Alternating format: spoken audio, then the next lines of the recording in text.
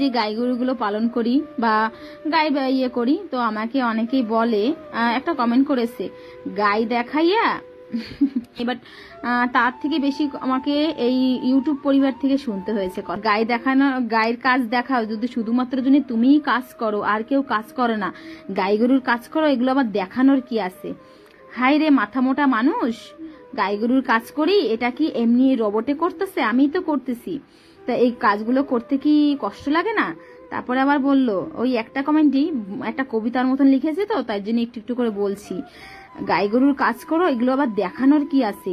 অভদ্র ছেদাইরি মহিলা আমাকে বলেছে, মানে গাই গরুর কাজ করো, গোবর ঠোবর নিয়ে ছেদারের মতন কাজ করো, এগুলো আবার গরুর কাজ করি। হ্যাঁ, হতে পারে আমি হচ্ছে একটা প্রাণীর, মানে আমি নিজে মনে করি আমি অনেকটা পুণ্যর কাজ করছি, ঠিক আছে?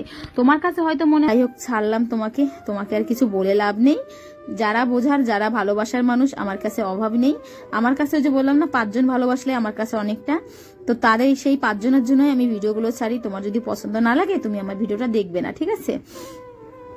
তো যাই হোক বন্ধুরা, এখন হচ্ছে আমি হচ্ছে দেখো এই যে ব্রাশ দিয়ে বোতল মাজছি বা এই যে একটা লাঠির মাথায় না, এগুলো কিন্তু আমাদের গ্রামের টেকনিক্যাল। গ্রামের টেকনিক কেন বলছি জানো? এই যে বোতলগুলো নোংরা হয়, যখন বোতলগুলো পরিষ্কার করতে খুব অসুবিধা হয়, তো জল রাখতে রাখতে না বোতলগুলো একটু মাঝে মধ্যে ধুতে হয়। আর বেশ কিছুদিন হয়েছে আমি বাপের বাড়ি যাওয়ার 2-3 দিন আগে ধুয়েছিলাম, আর 1 সপ্তাহ পরে এসেছি, তো অনেকদিন মাজা হয় না। লাঠির মাথায় একটা ভালো একটা সুতির কাপড় পেঁচিয়ে তারপরে সেই বোতলের ভিতরে যেই নোংরাগুলো পড়ে সেগুলো ভালো করে ধুয়ে দিই, মানে মেজে দিই আর কি। তো তারপরে এই যে উপর থেকে ভালো করে ঘষে মেজে নিচ্ছি, বেশ কিছুদিন বাড়ি না থাকলে যেরকম একটা অবস্থা হয় আর কি।